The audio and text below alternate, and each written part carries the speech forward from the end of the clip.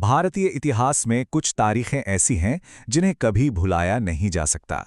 आज हम एक ऐसे ही दिन की बात करेंगे, एक ऐसी घटना जिसने हिंदुस्तान की आज़ादी की लड़ाई की पूरी कहानी ही बदल कर रख दी। चलिए जरा समय में पीछे चलते हैं। साल है 1919, तारीख 13 अप्रैल और जगह है अमृतसर का जलियांवाला बाग। दिन था बैसाखी का, पंजाब का बहुत बड़ा त्योहार। लेकिन जानते हैं, उस दिन हवा में त्योहार की रौनक के साथ साथ एक अजीब सा तनाव भी घुला हुआ था। तो सवाल ये है कि आखिर ये तनाव था क्यों? इसकी जड़ में था एक ऐसा कानून जिसने पूरे देश में गुस्से की एक लहर दौड़ा दी थी। नाम था इसका रॉलेट एक्ट, पर आम हिंदुस्तानी इसे काला कानून कहते थे।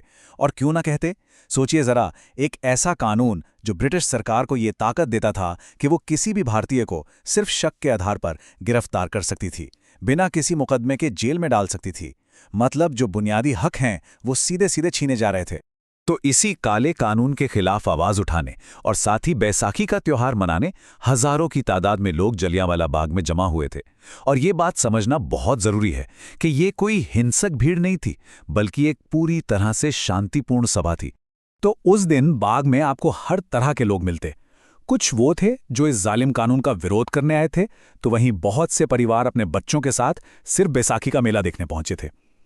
किसी को भी जरा सा भी अंदाजा नहीं था कि अगले कुछ पलों में क्या खौफनाक होने वाला है।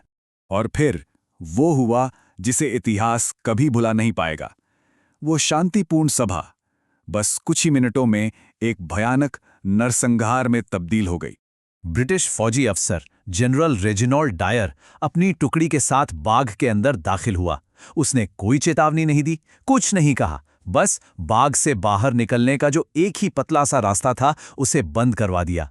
अब हजारों निहत्थे लोग, औरतें, बच्चे, बूढ़े सब एक जाल में फंस चुके थे। और फिर डायर ने हुक्म दिया, फायर।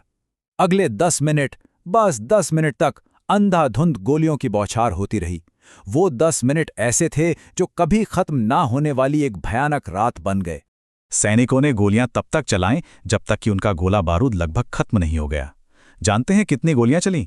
कुल 1650 राउंड। ये नंबर ही उस वहशत को बताने के लिए काफी है। लोग जान बचाने के लिए इधर उधर भाग रहे थे, दीवारों पर चढ़ने की कोशिश कर रहे थे, पर दीवारें बहुत ऊंची थीं। कई तो भगदड़ में ही कुचले गए और बहुतों ने बचने की आखिरी उम्मीद में बाग के अंदर बने एक कुएं में छलांग लगा दी।